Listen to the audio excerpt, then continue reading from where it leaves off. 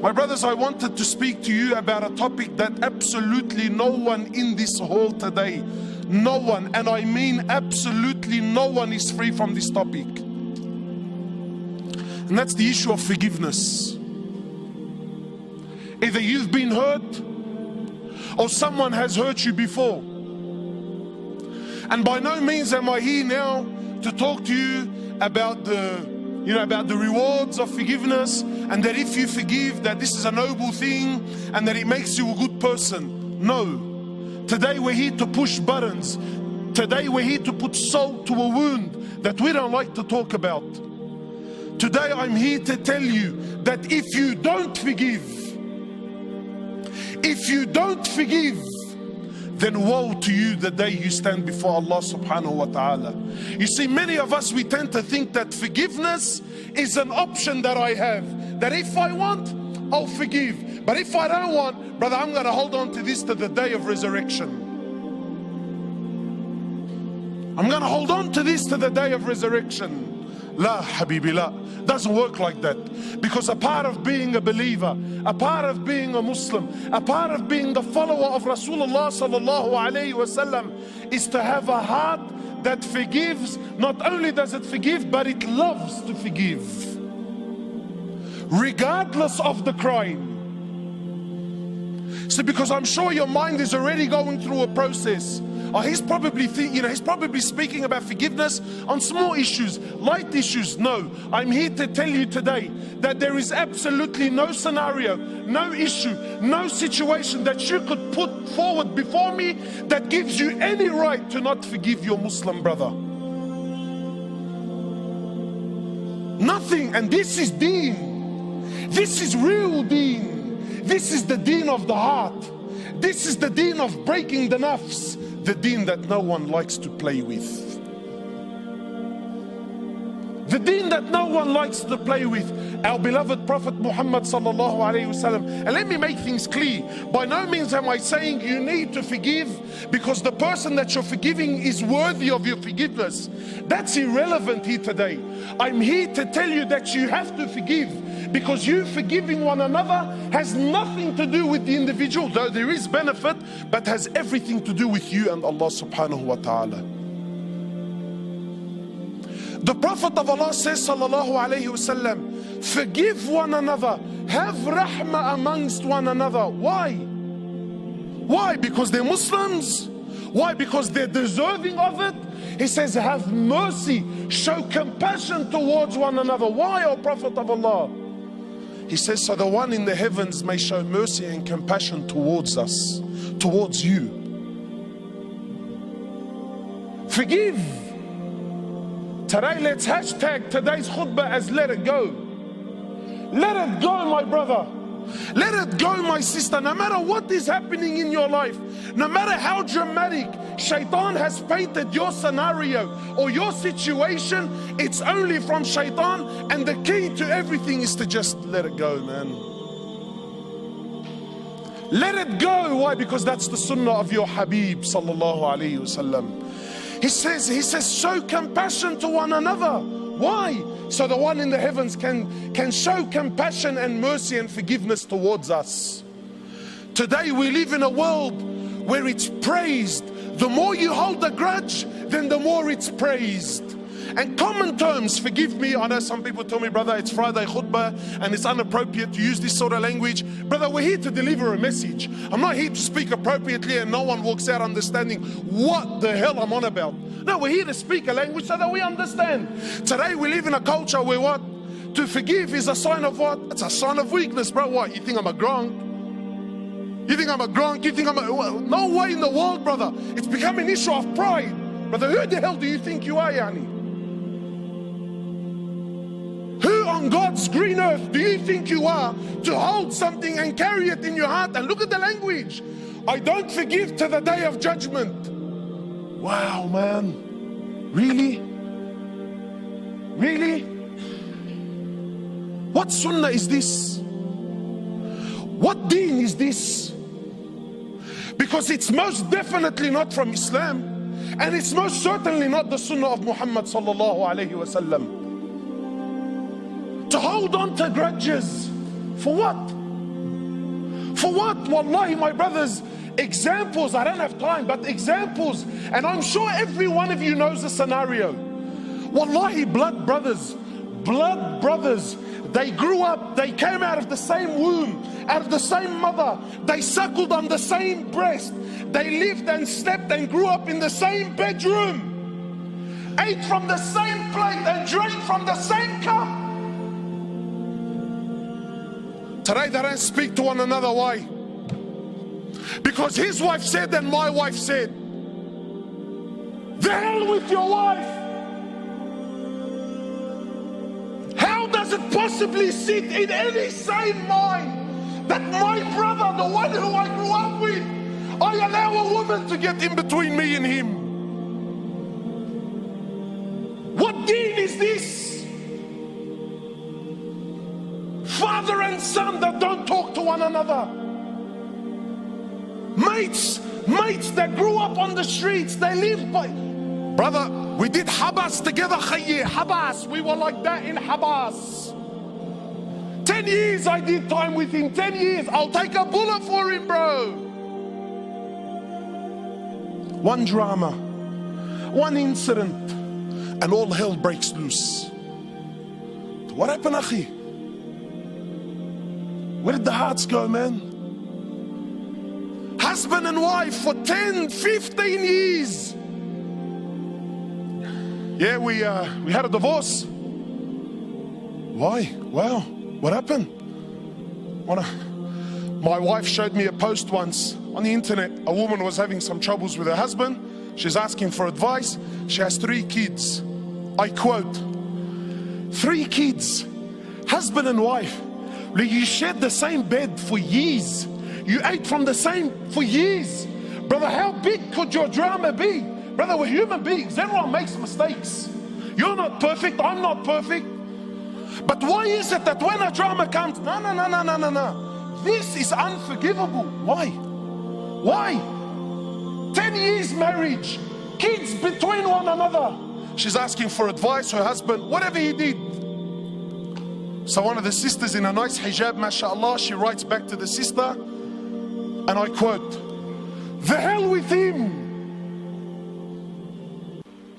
Wow, man, just like that, the hell with him. Just like that, bro. We forgot all the good times. Just like that, the hell with him. What is this, man? So then there's always a scholar amongst us who comes to me, yes, my brother, and I get phone calls all the time. Brother, all I want is my haq. Eid al-Quran, I'm not asking for anything more than my haq, brother. Is there anything wrong with what I'm asking, cuz? I'm not asking for an inch more and not an inch less. So in his mind, shaitan is making him think, brother, that's your right, cuz. Yeah. All I want is my haq.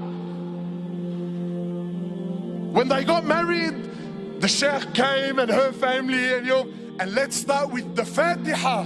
Why? Because it's the opening of the Quran, and so that the hearts can flourish and we can come together. But then when there's dramas, it's my lawyer versus your lawyer. When the kids are with me on the weekend, your mum's a dog, your mum's a hayawani, your mum's a this, your mum's a that. Then when the kids are with the mama, mum, throughout the week, your father's a 1, 2, 3. She wipes the floor and the toilets with him day and night. Wow, man, just like that, just like that. The brother, forgive, let it go. No way, brother. My heart, I want my heart. I tell you, fine. So the brother says to me, is there anything wrong? I tell him, brother, wallahi, there's nothing wrong with you asking for your haq. There's nothing wrong with you telling me eye for an eye and a tooth for a tooth. But I'm telling you this now, that if you open this door with people, Allah's going to open this door with you on the day of resurrection. And if Allah opens the door of tooth for a tooth and an eye for an eye, you're in a world to hurt.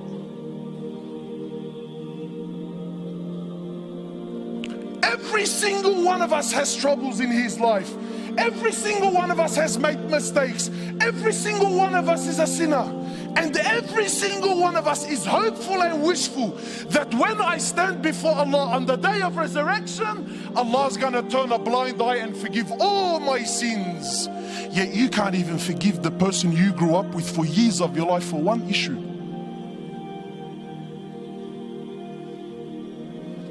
You can't even forgive. And people tell me, brother, but it's my heart, it's my right. Let me tell you bluntly, brother, there is no haq in this world. The only haq you will ever have is when you stand before Allah in front of the real judge in the real court. Then and only then will you ever really get your haq. This world will never, ever, ever do you justice.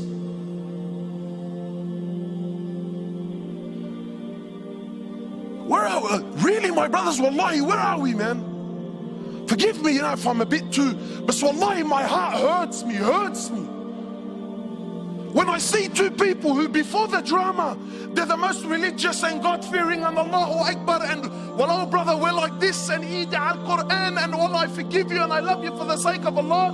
But as soon as you step on my toes, what was once a nice beard is a piece of Velcro, throws it right out the door. Come here, you little this and that, and let me, well, man, what happened, cuz? What happened? Yeah, but he disrespected me. Let it go, man. Let it go. Not for Allah's sake. Let it go, cuz. Let it go. Now we want to Ali. Those that show mercy and compassion towards one another, the one in the heavens will show mercy and compassion towards them. You see, my brothers, you know what I love about the Sahaba? The Sahaba were real people. Many of us, we like to praise the Sahaba so much so, to the point where we start painting this picture like they never did anything wrong. Well, you're very wrong. Sahaba did a lot of things wrong, but that's what was beautiful about them, because they made mistakes. Then the way they dealt with their mistakes is what makes them so special and so unique. My time is short. One particular incident. After one of the battles, there was booty of war, gold, silver, swords, shields, stuff like this. So the Sahaba gathered, there's a lot of it, it's money. So they started sharing their opinions as to how they should distribute this wealth. And please don't listen to the story for the sheer entertainment of it. Live the story, brother. Try to imagine. I'm not sharing with you Walt Disney fairy tales. These are real stories of your fathers. Why? Not to entertain you, but to learn. Because you know what, my brothers, the truth is, when really push comes to shove, we don't follow the sunnah of Rasulullah sallallahu alayhi wasallam. Deep down, we're gangsters. That's what we are, man. And being a gangster doesn't necessarily mean you got tattoos and you used to sell drugs on the streets. Wallahi, I know Abu Ali's and Abu Ahmed's that are more gangsters than any youngster on the street today can ever be. Gangster with your character and your attitude. We don't follow Rasulullah. We follow people like Tony Montana in Scarface, yeah, and Tupac in Mabarif Shoo, and that's it, brother. That's the way it is, cuz. That's how it is on the streets, brother. What deen is this, man? So the Sahaba, each man gave his opinion. Then Abu Dhar gave his opinion on the matter. For those of you who don't know Abu Dhar is Arab. Yani he makes an Arab feel like he's a non-Arab. You can't be any more Arab than what Abu Dhar was. So Abu Dhar also gave his opinion. Today, mosques. I was in Canada, the brother. Mosques are waiting in courts to deal with their issues. Why? Because, brother, I gave my opinion and this guy disrespected me when we were in the meeting, so now it's me versus him. And mosques are going to war with each other. Why? Who's hit it? Brother, I gave my opinion. What? And he went against me? Doesn't he know who I am? I've been here for 10 years, brother. This guy's only been on the board for 5 years. These are the people that are leading our masajid, mashallah. So Abu Dhar gave his opinion. Then the next person was Bilal radiallahu ta'ala anhu. Bilal is the muaddin of Rasulullah sallallahu alayhi wasallam. Bilal not only used to be a slave, but an Abyssinian slave, meaning he was black. So as far as society is concerned, talk about being rock bottom. But you see, Islam came to break this. So when Bilal gave his opinion, he says, Abu Dhar, I disagree with you. Allahu A'lam, I think this is what we should do with the wealth. So Abu Dhar, imagine being put on the spot in front of everyone. He says, even you, ya Bilal, even you son of a black woman, even you're going to disagree with me today. These are big words. So Bilal, rightfully so, got very upset. He picked himself up and went to the Prophet of Allah. Now I want to pause here for a minute, because I want to prove my point that we don't follow the Sunnah of Rasulullah sallallahu alaihi wasallam. We follow the Sunnah of who? Sheikh Tony Montana, mashallah, and Maulana Tupac. When we hear the story of the Sahaba, we exclude our life and our societies, well, because it's different times. My brothers, I want to ask you sincerely, and I want you to answer sincerely. This act that Bilal did by picking himself up and going to the Prophet of Allah to complain, what is this act called in this day and age that we live in today?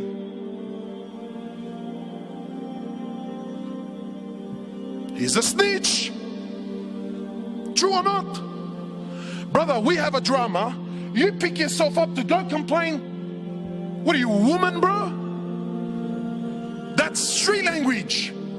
You see, but Bilal wasn't corrupted by your Tupac and your Tony Montana.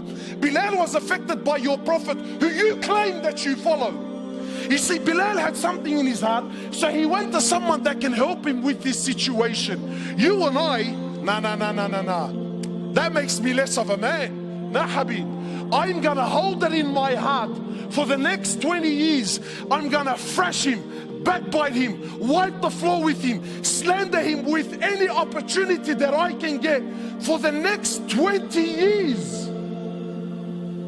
But I won't go to someone that just might be able to help my situation.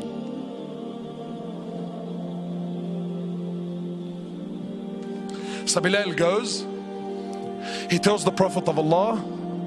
The Prophet of Allah became furious. So the Prophet of Allah, he comes, he goes to where Abu Dhar was, and he grabs Abu Dhar he grabs Abu Dhar. Talk about bridging up. This right now was bridging up. And he grabs Abu Dhar and shakes him and says, Abu Dhar, you are a man that still has jahiliyyah in his heart.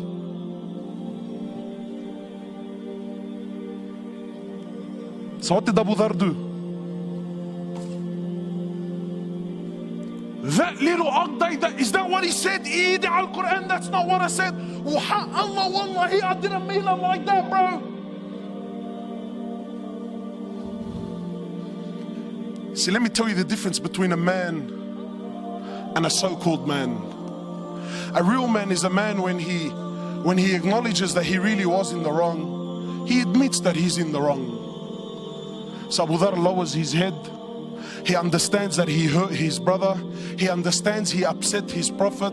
So how did he deal with the situation? Did he stop praying at that masjid so that I don't see Bilal? Because that's how we deal with our issues, isn't it? Did he? Abu Dhar radiallahu ta'ala anhu, after acknowledging that he's in the wrong, he picks himself up. He goes into the streets of Medina looking for Bilal radiallahu ta'ala anhu. Then when he sees and he finds Bilal, he goes to Bilal publicly. Leave this with me, publicly, in front of everyone. He goes to Bilal in front of everyone and gets down on the floor and says to Bilal, Ya Bilal, by Allah, I will not lift my head off the floor until you step on it with your foot. And let it be known right here, right now in Medina, which one of us today is the honored and which one of us today, Ya Bilal, is the dishonored one.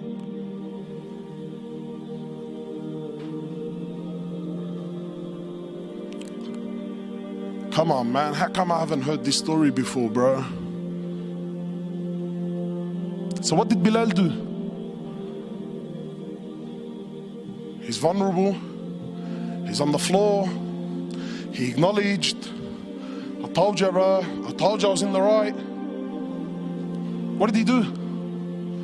Wallahi, an opportunity that most of us would love to have with those that hurt us.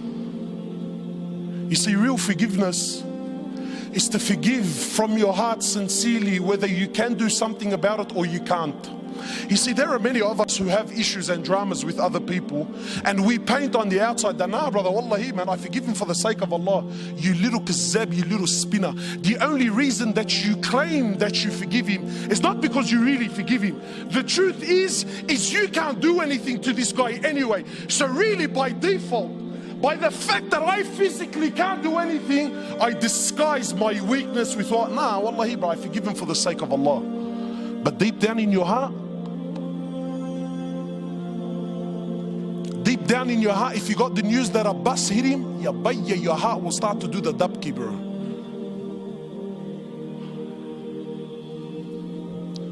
Some brothers tell me, you know, cuz, listen, wallahi bro, wallah, you know, I forgive him. Wallahi, I forgive him. But I don't forget, cuz. Wow, mashallah, really? You forgive but you don't forget? Well, I got news for you, bro. If you forgive but don't forget, you didn't forgive to begin with.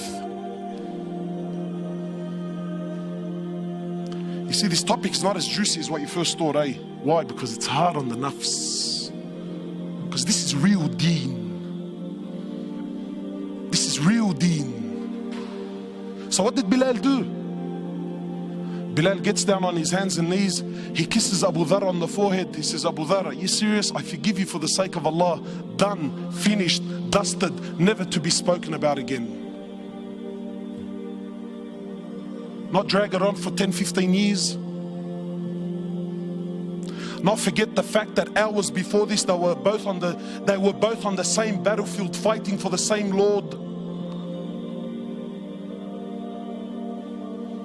See, we don't have this in our societies anymore, man. Why? Because today weakness is seen as what? Forgiveness is seen as what? But that's weakness, brother. La Habib. That's a real man. Because we claim that we follow Rasulullah sallallahu alayhi wasallam. Brothers tell me all the time, cuz I'll die for his honor.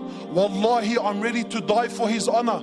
I say, well, mashallah, may Allah subhanahu wa ta'ala reward you for such a noble intention. But brother, wallahi, I don't need you to die for his honor. I need you to live for his honor. I want you to live like him sallallahu alayhi wasallam, your beloved prophet. And of course, you see, this is the side of Rasulullah that we don't want to talk about. Wallahi, my brothers, I take an oath by Allah. Forgive me if these words are a bit harsh. But I tell you now, and this is my own personal opinion, wallahi, even our love for the deen, even our love for the Sahaba is a love of dunya. Nobody here loves Umar ibn al-Khattab. Most loved, probably one of the most loved. He's definitely my favorite. Nobody here loves Umar ibn al-Khattab because he had permanent marks on his cheeks from crying out of fear of Allah. Nakas. We love Umar ibn al-Khattab because when his name was mentioned, the kuffar used to shake in their knees. No one loves Umar ibn al-Khattab because he had permanent marks on his shoulders. Why? Because he was servicing the community in the late hours of the night when everyone was asleep and wasn't watching. You don't love Umar for that. You love Umar because he was a man, brother. When he rocked up, cars, everyone buckled. The Prophet of Allah who we claim we love. Because I'm sure you're thinking in your mind, wallah brother, may Allah reward you, very nice khutbah, very emotional, very touching, but cuz you don't understand, what this person did to me is unforgivable. And I repeat, there is absolutely no scenario. I don't care if he shot your mother, he shot your father, he raped your child. I don't care what scenario you could possibly throw at me. Forgiveness is the key. The Prophet of Allah for 13 years in Mecca, live this with me, 13 years in Mecca, prosecuted, harmed, sworn at, spat at, had dust thrown in his face, They killed his companions. For what? For what? What crime did he do? What crime did he do? What? He looked at someone's sister? What? He didn't cough up his money at the end of the business transaction? What crime did he do? 13 years. They boycotted him and his family for 3 years. Sahaba said we were eating the leaves off the trees until our droppings became like the droppings of animals for 3 years. For what? What crime? They divorced his daughters. Sumayya radiallahu in front of the Prophet, publicly. I'm not telling you, Allah, you know what, that they started sending around a WhatsApp video about what. No. Publicly, live, in front of the Prophet and his companions, they grabbed Sumayya, a woman. They grabbed her publicly. They opened her legs in front of her husband and her son, and they rammed a spear into her private parts until they killed her. They exiled him from his land, Mecca. Exiled him for 18 months in Medina. 18 months he was crying. Why? Because he was missing the Kaaba so much. They stabbed his pregnant daughter. As a result, she lost her child. 8 or 6, a few months later, she ended up dying in Medina. He buried every one of his children while he was alive, except for Fatima. In Uhud, you know, it's one thing to go to war and kill. That's fine, you killed the man. In Uhud, they massacred the dead. His uncle Hamza, they cut his nose off, they cut his ears off, they ripped his liver out. Hind took a bite from his liver and spat it on the floor. Sahaba said when the Prophet of Allah seen Hamza, we never seen him cry like he cried when he seen his uncle Hamza. In narrations, he prayed janazah for his uncle 70 times.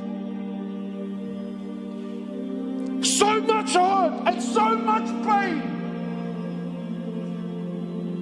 For years. And then when Fatah Makkah came, and now he comes back victorious with an army of 10,000 companions, an army the which Arabia never seen in their lives. Men who at the drop of a word were happy to give their lives just to see him smile. He enters into the Haram of Mecca, 10,000 soldiers surrounding, and those people that harmed him for years and years and years. Not Muslims. And I'm asking you to forgive your Muslim brother. God forbid I should ask you to forgive kafar. I'll be labeled on the payroll, scholar for $1. Wallahi, you mop the floor with me. So I'm not even going to dare to go down that road. God forbid we should follow the sunnah of Rasulullah sallallahu alaihi wasallam. No way, brother. He enters into the haram, 10,000 soldiers surrounding the haram. Those people that harmed him for years and years. Where are they going to go now, bro? Talk about the tables turning, huh? So he looks at them. He says to them, and what do you think I will do with you today? What do you think I will do today? They said, you're an honorable, generous person, the son of an honorable, generous person. The Prophet of Allah turns around and says to the kuffar, idhabu fa antum at-tulaqa. Go, every single one of you are free, I forgive you.